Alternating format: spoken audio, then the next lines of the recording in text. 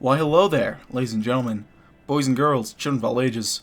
My name is DB333 and welcome back to Hearts of Iron 4, the New Order Last Days of Europe as Sverdlovsk. Now, in the last video, the bombing stopped. We also did our best to curb the influence of the Communists and especially the Black League, and we've done a pretty solid job overall, if I do say so myself. But for now, all that we can really do is continue on. Warsaw Uprising.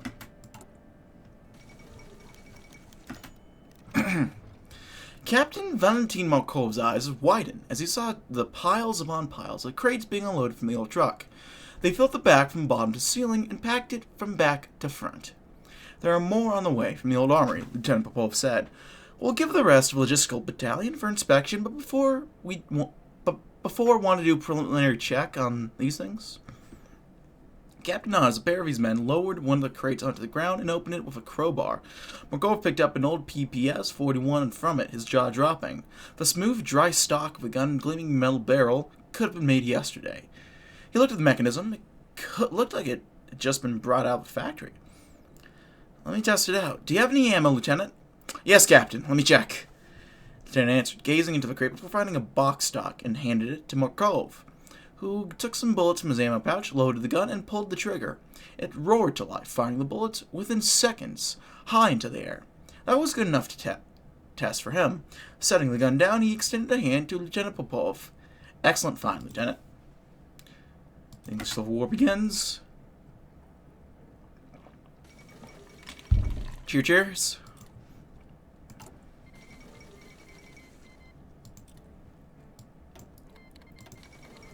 Serbs rise up. Donuts in Crimea. Same old, same old. And then the ANC is about to rise up. Yep. No one starts war, rather no one on. You guys know the deal. Domino shall stop, or they might not. Who knows?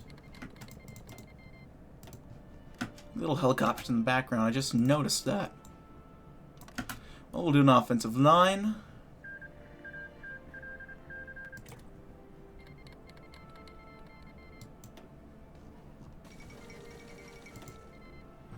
Where the fuck are the Yankees, indeed? And there goes the ANC.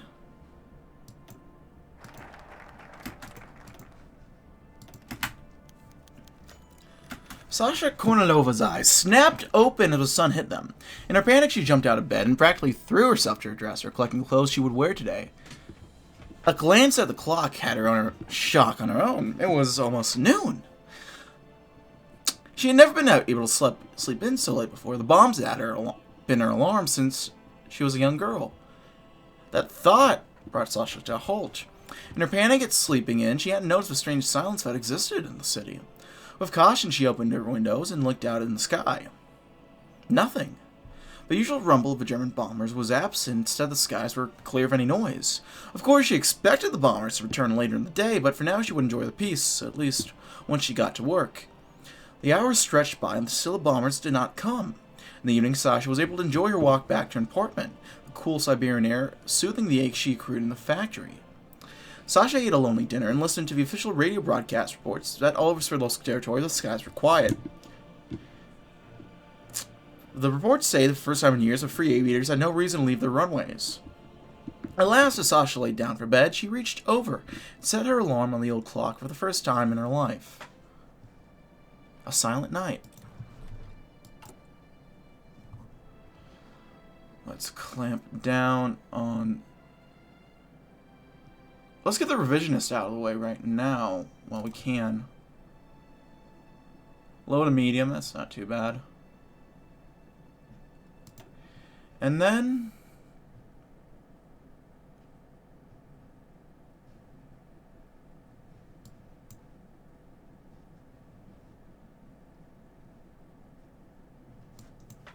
what do we have? Here, we got our new focus tree.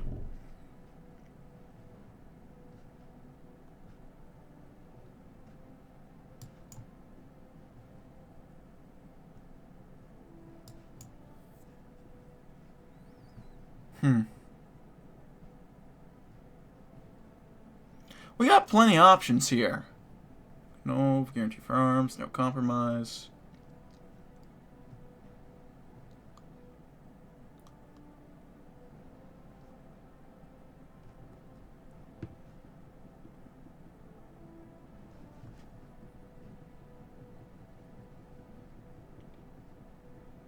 Well, our work begins, regardless. For better or worse, the bombers have disappeared.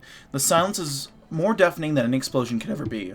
Already our foes are working to fill that silence with sounds of labor and warfare, and we must not let this opportunity to rebuild and expand go to waste. Sverdlovsk can no longer afford to keep its head down, to do damage control. Instead, it must be reorganized into a state ready for not only the reunification of the lands of the former West Siberian People's Republic, but Russia as a whole. We must empty sandbags, retire the searchlight, and send the anti-aircraft gunners back to the factories. The road ahead is long, and there's much work to be done. The ARC versus Siberian Black. We'll see what happens there. Kamarovo is still fucking alive. Why? Siberian Black's pushing through.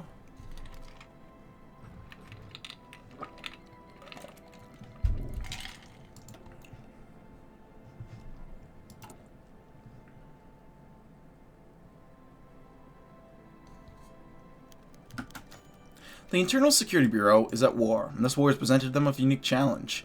The enemy combatants wear no uniforms, bear no armbands or symbols on their persons. They do not wield rifles and knives against us. Their weapons of choice are books, pamphlets, and propaganda. In this war, the battles are fought and won the minds of our soldiers down the battlefronts. Thanks to our tireless work on the brave sons of Sverdlovsk in the ISB, our efforts in combating the persisting revisionist influence have been wildly successful. The seditious Kaganovite elements operating within our borders view the general populace as sympathetic to their cause, which gave our operatives the perfect opportunity to infiltrate their organizations. Our men on the inside clandestinely leaked us information that allowed us to thwart the revisionist attempts to raid army stockpiles and disseminate pro-revisionist literature. And once the main bases of these cells were pinpointed, they were struck off from the map with serious machine-like efficiency. Revisionist influences have now taken a serious blow. It's unlikely that we will ever be able to recover. Tyrants have no place in Sverdlovsk, or Russia, for that matter. More stability, very nice. Motherfucker. Okay, goddamn, more loot. I'm happy about this, but I gotta... Hey, Lebedev, can you shine a light in here?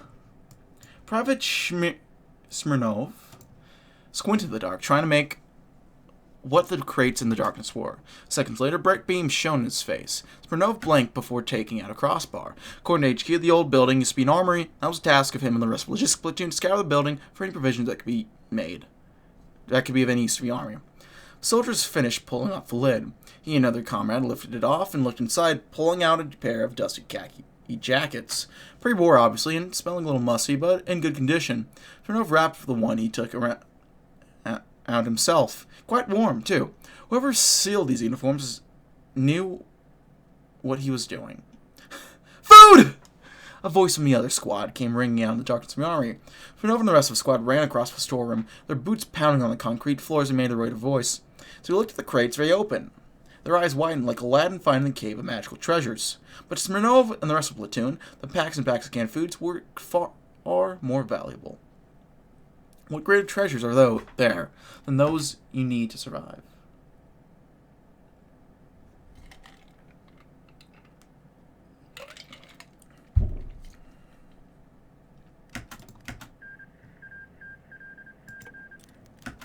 They refuse tribute. Well, let them fight then.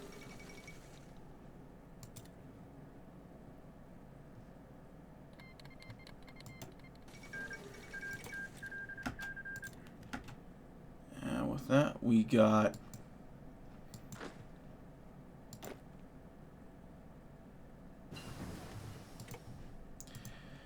industry's done. I did a batch production methods off camera, I plugged that in. Now let's get working on AK-47s. Our work begins. At last, the skies are clear. Thanks to Marshal Rokossovsky's great efforts to protect the people and actively deter the Nazis, the bombers have disappeared, and our people are free from the claws of Luftwaffe. This is a cause for celebration, but we must not be idle. There's much work to be done to prepare Sverdlovsk for the reclamation of Russia. We cannot afford to waste time. Our industries and infrastructure must not only be repaired, but upgraded. Our military must be re-equipped and strengthened. We must investigate our rivals in the region so we know what we're up against. It's time to come out of hiding. Let's get to work. Clamp down the Black League.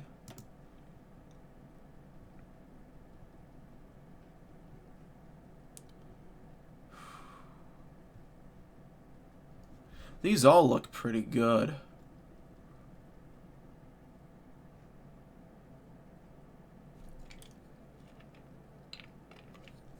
I think we'll start with the Sverdlovsk Design Bureau. Strengthening our technological ability will assist greatly in our efforts to renovate the army and build up our economic strength. Following the Second World War and the collapse of Russia and the subsequent Soviet-German War, Sverdlovsk has found itself in possession of several formerly Soviet scientists. Many of these scientists have come to us offering their services. Creating a new bureau to manage these scientists and build research facilities to house and employ them would be quite a boon for our research and development teams. Let's get that going then. We got our raid. That's not what I meant to do. God fucking damn. I thought that wouldn't. I gotta get all these fucking guys back. God damn, I hate this. I hate this. But hey, what are you gonna do? This will be going up soon enough.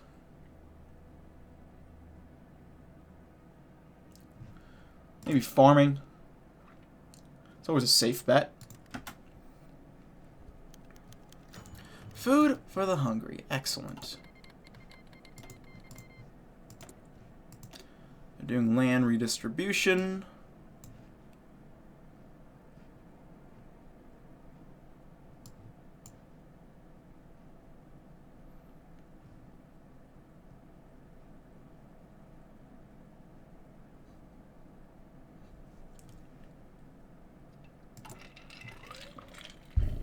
Interesting stuff. Okay. Crack down on Black League. Can we do it again? We can. And they'll be gone. Get them out of here. Oh, that would have been nice. Actually, that still might be nice. Trader with Dragunov has brought a great deal of its latest weapons into the district's possession. Most of the arms from our stockpile were just older models from the Soviet-German War and before. Some, however, are newer, more advanced designs that were put into production as recently as the last few months.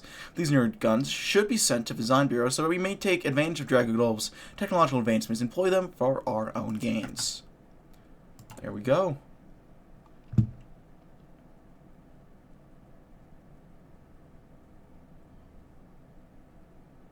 Well, our poverty rate's going down. That's not nice. Colonel Shmilnov looked down at the old Thompson submachine gun held in his hands, and then to the truck just being unloaded with crates of weaponry. A logistical platoon just returned from the old army base loaded with arms and equipment, enough to arm hundreds of soldiers if they weren't American Lend-Lease weapons from the Great Patriotic War. What a shame that not only were these imported American weapons from the war, but all the boxes of ammunition they found were all rusted. He walked towards the truck until he found a man with a gunsmith's insignia on his uniform and began to speak. How long will it take to rechamber one of these guns for our Tokarev rounds? We'd have to get more rechambers from Sverdlovsk, but once we receive them, it should be a relatively easy task. Smirnov looked down at the road once more. A stack of unloaded crates looked like an ancient pyramid. Such was its height. The unit will pay for requisition and transport costs. Tell your men that they'll be very busy in coming weeks. Logistical recovery is not an easy business, after all.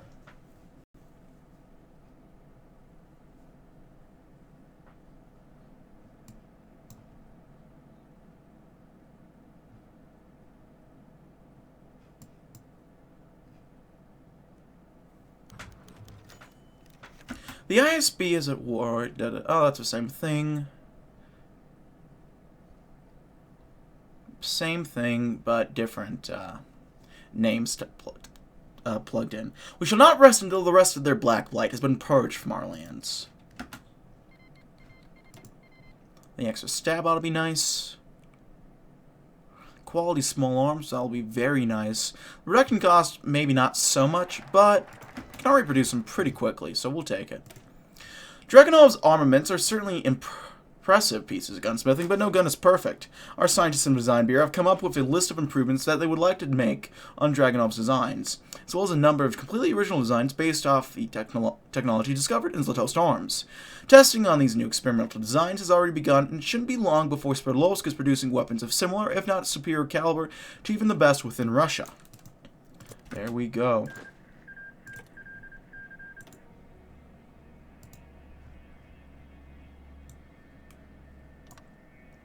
Let's, of course, get all of these guys on.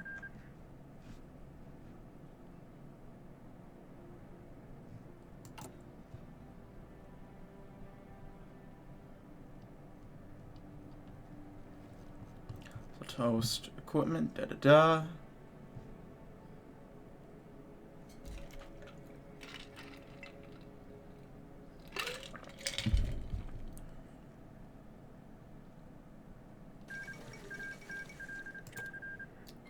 Government's prevailed.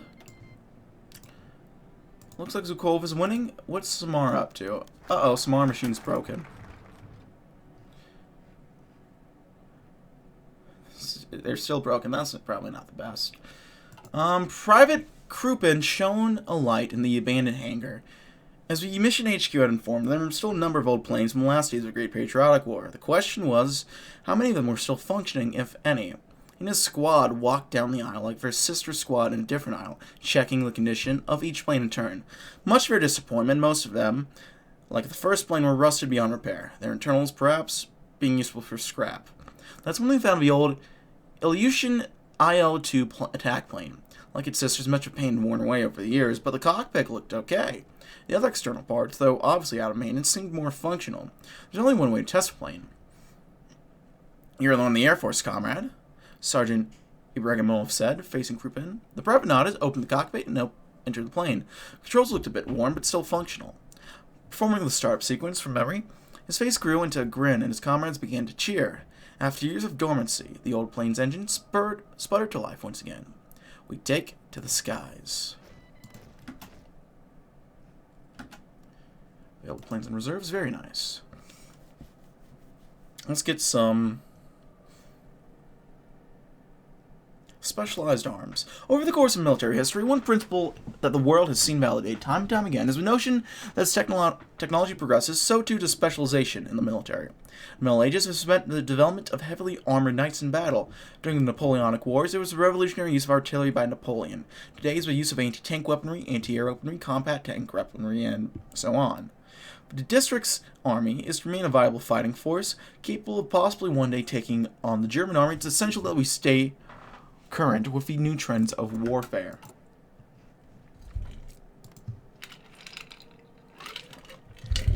Well, there we are. Sado. Le German simp. Beer has gained control of beer. Also, oh no, not again. I noticed that, off camera. I took a break from this session and last, not a long one, just long enough to take a shower and finish up with that. And I looked over because I saw the red cut. Like, it can't be. And he's back.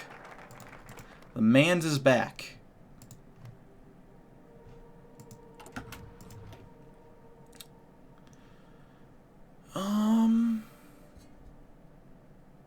Let's get working on the Savant High Command.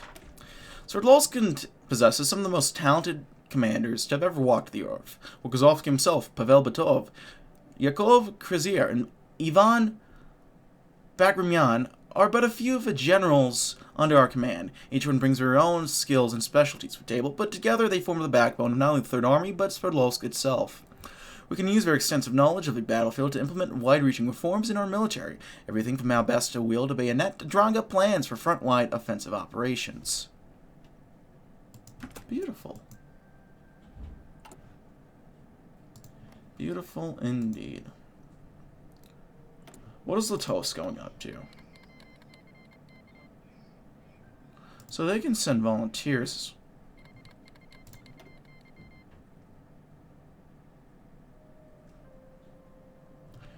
Guess we'll see what ends up happening there.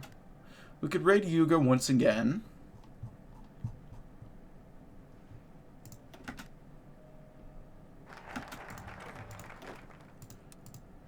I think we'll head over there just in case. And well, you guys know the deal. I think I'll start looting. Ooh. Let's go ahead and get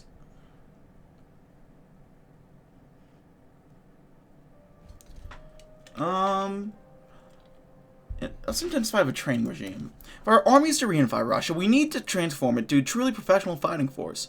On account of this fact, the army will need to completely revise its training regiments and rework its boot camps from the grounds up to accommodate our new higher standards.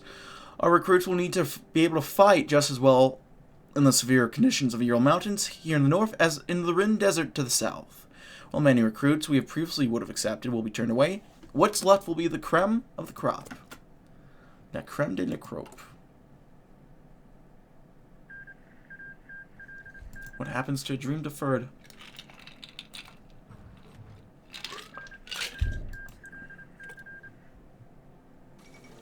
Ustaza has been defeated.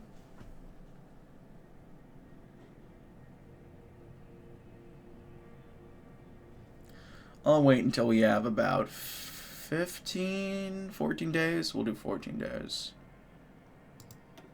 Because in the event we just get this, and someone else wants to raid us, there's a certain time period where we can wait and not do anything. So we'll wait a little bit longer with all that said.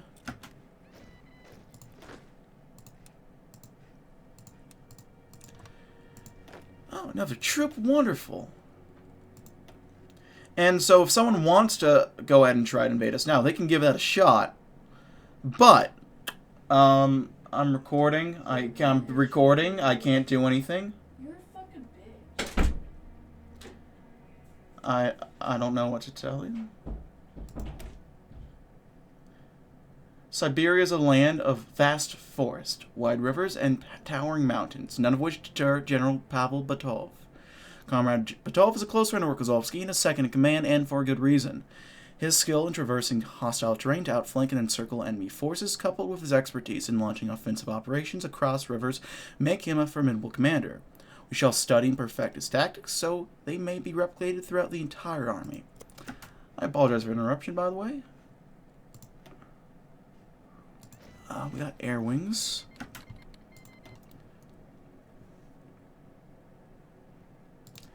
We have an okay... It's not much of an air force. We might just want to save it for a little while longer. I'm thinking.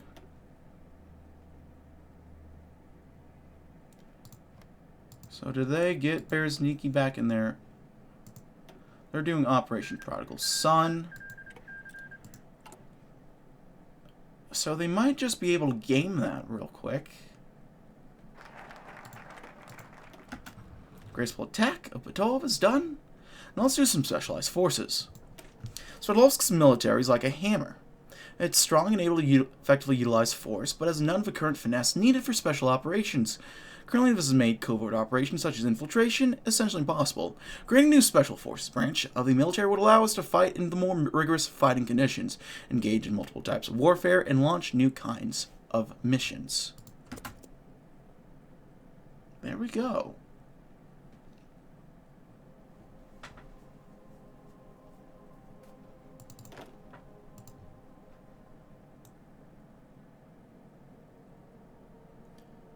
Extend all this out. Break up the unit, huh? Uh-oh.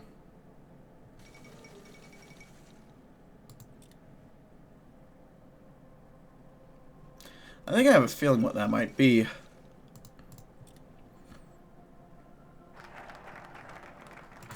Well, the first 5-year plan is up and running. Let's go ahead and get working on Krazier's brilliant defense. Comrade Krazier is one of the finest generals in all of Russia, having served distinction in the Second World War. He is known for his tactical skill while on the defensive, and after nearly 2 decades of continuous warfare, he has turned defending into an art. His methods make heavy use of mobile formations that can change positions to counter enemy attacks on a whim and performing lightning-fast retreats when needed. His methods are to become a main staple of our military doctrine post-haste. Excellent stuff. We got loot.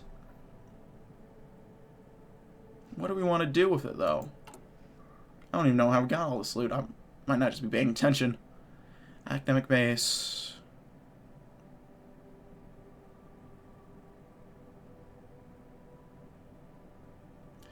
I think it's good to get working on its schools. So we'll get working on schools now.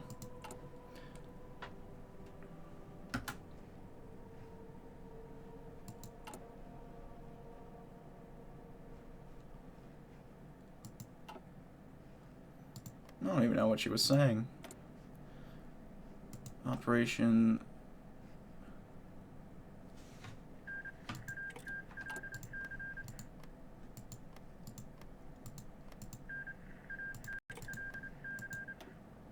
Operation Dragon Slayer. They're all going after the Order of St. George, it seems. Well, Komi and Vyatka are. We'll see what ends up happening with the front. The AB is making some gains.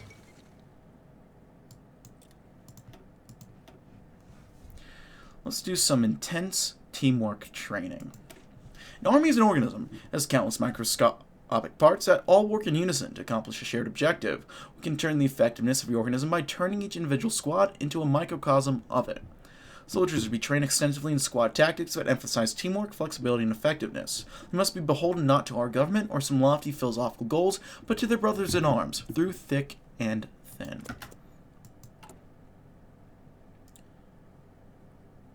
We could raid Yugra again. I say fuck it, why not?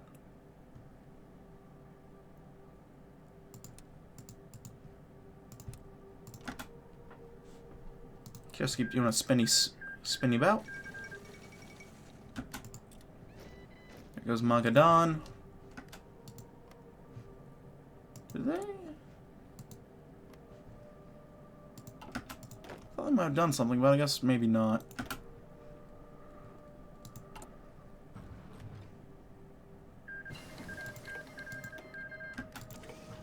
Spears conquered Goring. That's good, but Jesus fucking Christ, Borman. He let someone else play? It's either Borman or Goring who wins, and that's just boring. Oh, let's see if I can Hydric. I mean, alright, that's just because Goring collapsed. So he gets that territory back. It'll probably collapse sooner rather than later. Let's get some improvements to that and some night vision. We'll see who ends up winning first. My money right now is on Vyatka. The AB is looking pretty thick.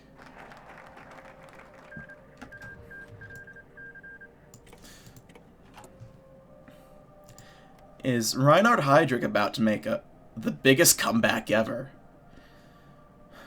Perhaps. Oh, yeah. We know what happens with the gang of 4. If Heydrich wins, he takes him out. So that's not nice.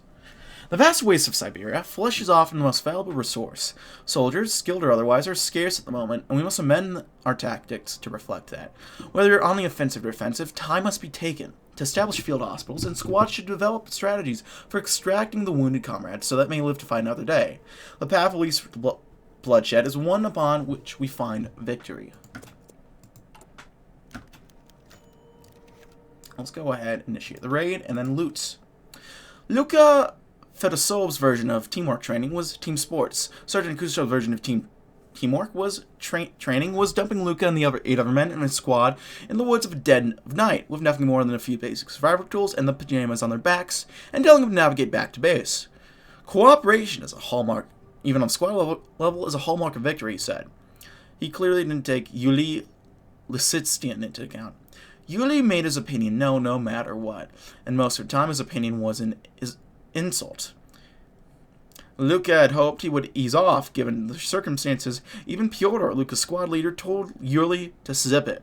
Unfortunately, Zark doesn't require a full night's rest. You can start by starting you can't start a fire by staring at it, Fedosaur. Maybe help me read the map, Fedosaur. You must have night vision, since you clearly don't want to start that fire. If you cut kindling as well as you cut your hand, we'd be back at base by now. Eventually, Luca got the fire started. Yuli figured out where they were, and to Luca's surprise, thanked him. Luca joked that he wasn't sure Yuli could read, and they both laughed. They set off, and after traversing several lethal inclines and fording a river, they arrived back at base shortly after sunrise. Luca was dirty, soaked from the waist down, and cut on both hands.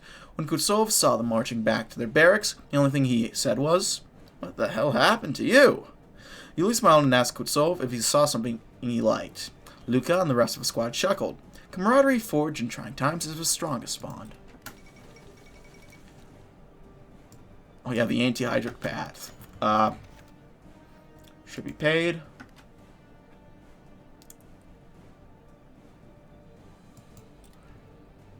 Yeah, all one of them that are still left. Oh, so Kami ate them. Okay.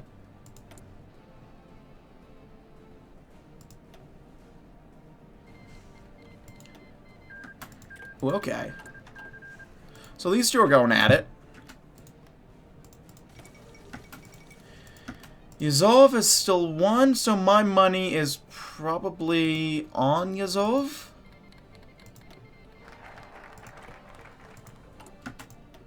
But that's okay, because we're getting ready. We'll do some combined arms operations. Among the deadliest lessons learned in the Second World War was the principle of and brutal efficiency in mechanized warfare.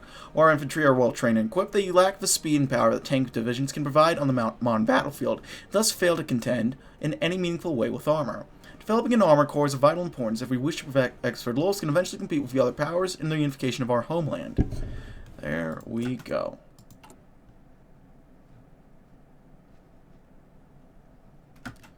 So, I want to go ahead.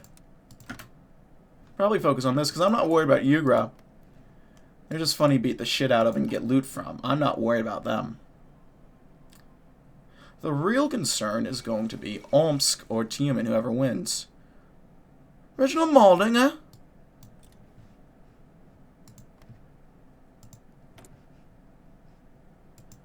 Cheers, lads. I've never seen... I don't know if I've seen the AI do this before. In one of my series.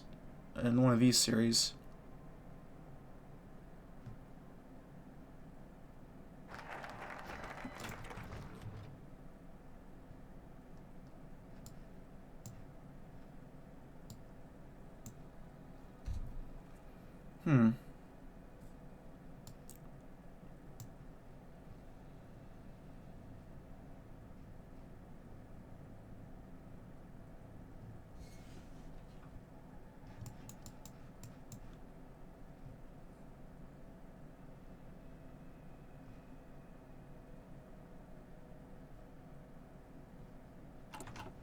Fun stuff, fun stuff.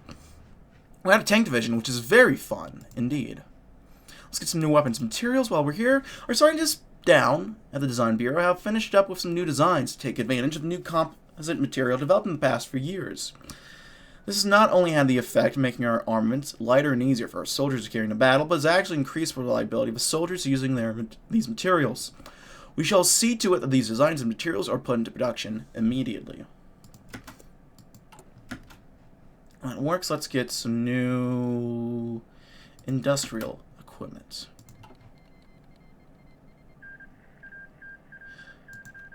And Hydric's gone. Borman's 1. How interesting.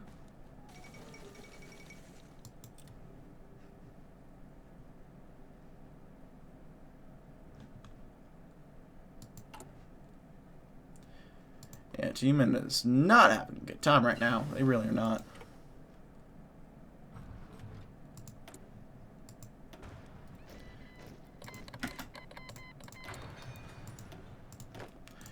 Fortunately, we have a fine amount of troops coming in.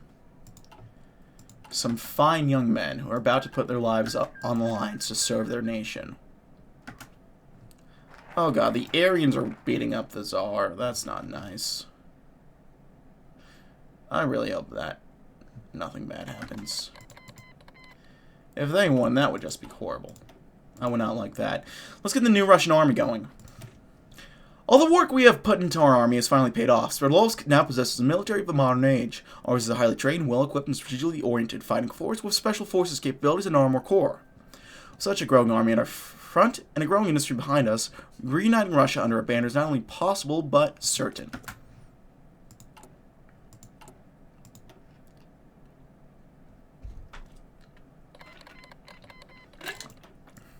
We'll have to get another draft going, it seems, but we have the new Russian army, and then we'll draw out the plans. Let's do it. We've had several plans for the conquest or integration of several neighbors for years, but the constant bombing raids by Luftwaffe have prevented us from organizing these plans to actually act on them. These plans included infiltrating our neighbors' armies, reaching out to resistance organizations in the territories, and more invasion strategies that can be counted. Now if our state reorganized and our military rejuvenated, the wind is at our back. It's time to revisit these plans, possibly expand on them, and finally execute them. Why is Kemerovo still alive? It's kind of cringe, I'm not going to lie.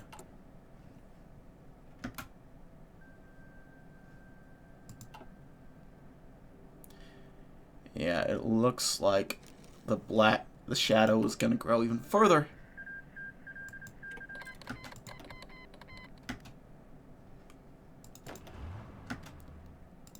Offensive lines.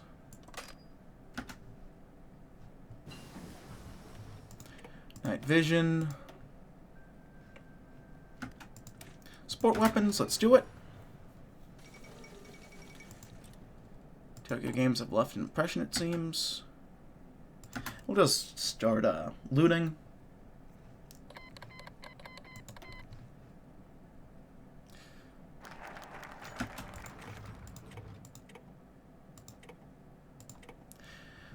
Germany's indiscriminate terror bombings was a terrible crime against the Russian people. It was also effective in achieving its goal. While constant threat of airborne annihilation to our armies were unable to undertake any significant maneuvers, and our industrial capacity to wage war was severely limited. In essence, Germany kept Russia from unifying. During that time, the Stavka was forced to set on scenes and drop countless variations of hypothetical plans for attacking our neighbors when the plans inevitably stopped coming. Now the time has come to put those plans into use. After discarding the outdated, unnecessary, or outright fantastical plans, we are left with 4 operations, each having to do with one of our neighbors. To our north, Operation Orange and Red will crush bandits of Ugra and the NKVD holdout of Vorkuta, respectively. To the south, Operation Blue will end Kaganovic's reign of terror, and Operation Black will bring down the Black League in Omsk. We may strike in either direction first, but it should be known that Tumen and Omsk will eventually attack us on their terms if we do not strike soon. Deal with the bandits first, it seems.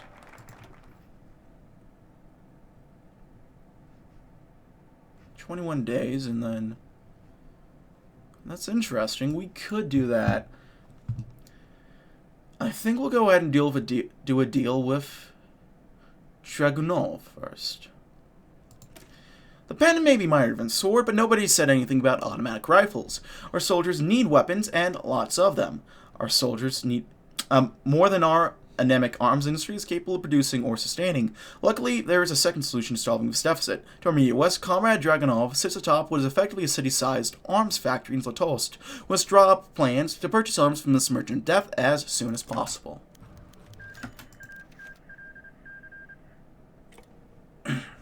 Supreme Command of the Euro Military District, 24A, Prospect Lenina, Sverdlovsk. Order number 212 on the thief territory of Ugra. All designated formations of the 3rd Army, as well as any auxiliary formations, are to be deployed against the territory controlled by the banned state of Ugra. The 3rd Army's general direction is as followed.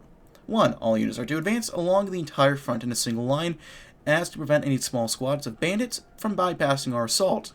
2. Enemy militias who choose to resist will be destroyed without quarter. 3. Enemy militias who surrender will be disarmed and their members arrested. 4. All formations will converge on the bandits' principal fortifications, Ugorsk from the south and east, and eliminate any organized resistance. Any enemy militia that survived our first encounter will be forced, if our forces are unlikely to be able to give battle. It will unlikely be unnecessary to pursue the enemy north of a Severnaya Sozva River. However, such an action may become necessary should the enemy flee northwards with significant amounts of contraband. Our air wings will attempt to prevent such a withdrawal from happening by destroying any organized units that they can find.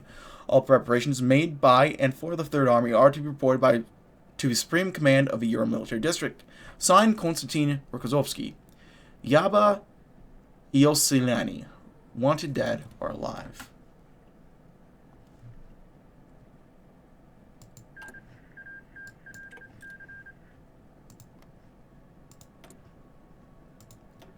We don't know what they're doing. But if I had to guess, they're probably going after us soon.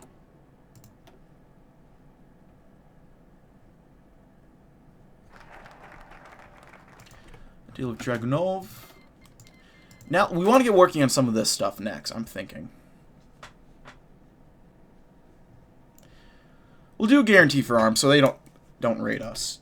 Dragunov's contacts all over Russia. If we want a better deal than our arrangement the arrangement he has with nearly everyone, our immediate threats included, we must court his favor.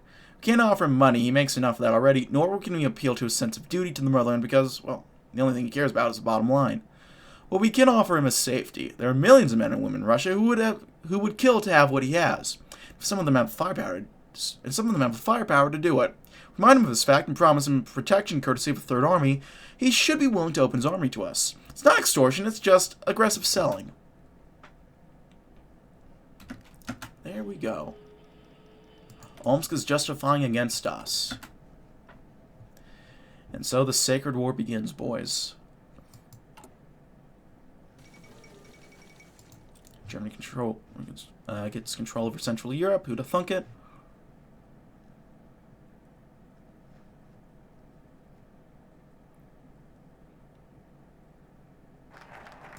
A guarantee for arms. Next, let's go ahead and do the Guardians of the Skies. Not like that. Not like that. I should clarify.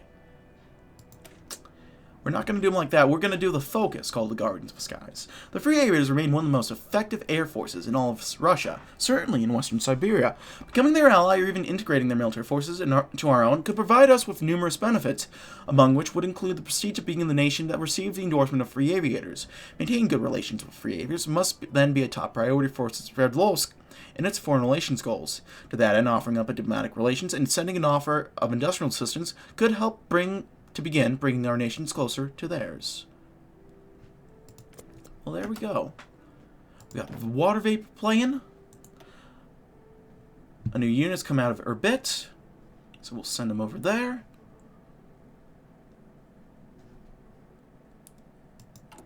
You know, these guys, their armies aren't that impressive. They seem okay, don't get me wrong. Black League infiltrators and sympathizers have plagued our nation for years, undermining the stability of our government and sowing seeds for our defeat in the inexorable war of Omsk. We started gaining ground on them recently with formation of the Internal Security Bureau, but many feared that our best efforts would not be enough. Now the war has finally begun, and the infiltrators play their hands. The tireless vigilance of ASB has decimated the influence of Black League within our territory. Incidents of sabotage or terrorism are sporadic and rare. Few involved more than 5 insurgents, and even fewer cause meaningful or even noticeable harm to our war efforts. With our streets free of terrorists, we can focus all our efforts on defeating Azov once and for all. Our enemy lies at the other side of a bayonet. Okay, finally. They're fighting 3 at the same fucking time. Eventually, they're surrounded at all angles. Please tell me you fucking die, Rick.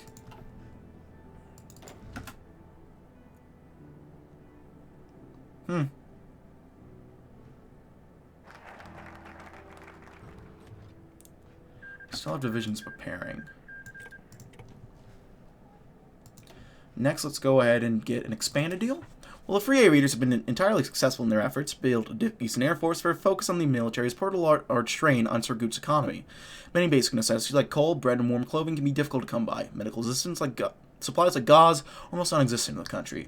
Sverdlovsk, by comparison, is in a much more stable position and can afford to send surplus supplies to our neighbors in the north. Doing so would go a long way towards winning the hearts of the people in Surgut. Let's do it then. This is disgusting. I don't like this at all. Oh no. Just imagine the Aryans winning. The dream falters. Oh no.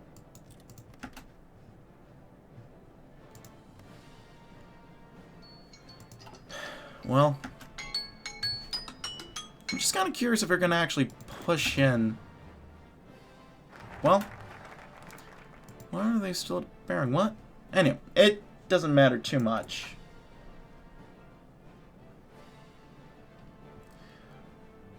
We'll have to look at the rest of this. This is done. We'll look at the rest of this next time, ladies and gentlemen, because I have to end it here. Thank you as always for watching. However, if you like this video, leave a like. If not, feel free to dislike. For more of this content in the future, hit the sub button for uploads every weekday, as well as every Saturday. If you have any comments, feedback, concerns, anything of the sort, leave in the comment section below. I read all the comments I get and appreciate any feedback you have for me. If you want to chat, play games, anything of the sort, leave in the comment section below. If you want to chat, in fact, I have a Discord down in the description box below. If you want to send me back to my month for Patreon, if you want to see me do stuff live, I have a Twitch, all of which are down in the description box below. That's what I meant to say. There we go. That's it for now, ladies and gentlemen. My name has been DB333, and I'll see you guys next time. Thank you for watching, and goodbye.